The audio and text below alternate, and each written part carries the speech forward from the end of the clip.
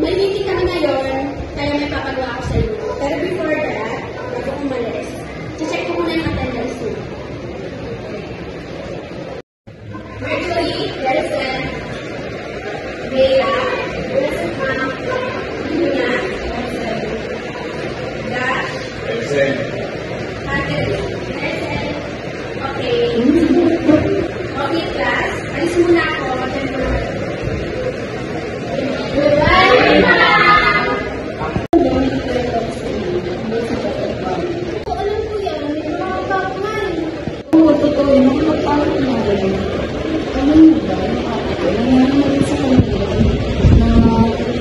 Yung pamangkin mo, nakita nga sa baba, yung talaga sa taas.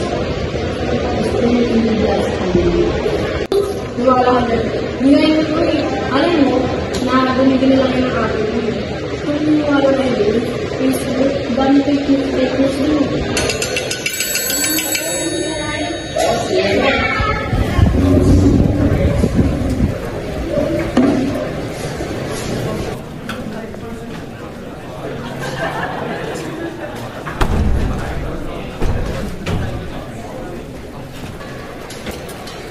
Hi, I am Bea. Simula nang marinig ko ang doppelganger, hindi ako naniwala. Inisip ko, baka gawa-gawa lang yun ng mga tao. Pero, isang araw, biglang Ma! Ma, nakauwi na ako. Ma? Ma? Ma, nakauwi na ako.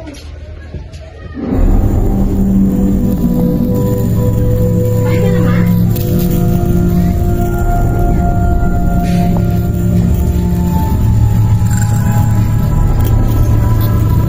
Kaya ka na ako ba, Ma?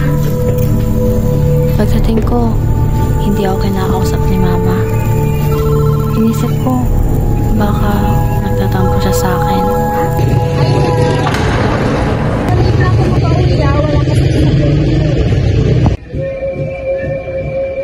Pagkatapos ko marinig yung mga salita ni Mama, nangilabot ako. Agad-agad kong tinignan yung kwarto.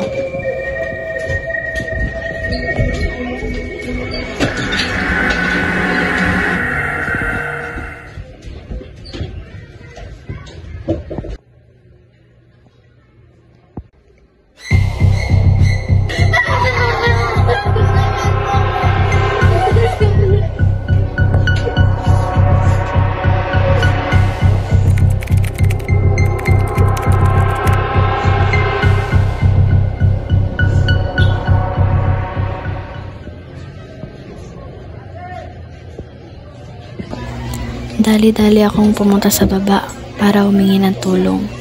Pero, nakita ko si Mama. Dali-dali ko siyang niyakap. Ano nangyari sa'yo? Okay ka lang ba? Ipaguluto mo na kita.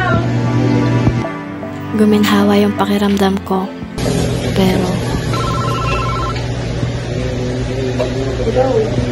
Tin, narinig mo ba yung balita? Yung nanay mo, nasagasaan, patay na.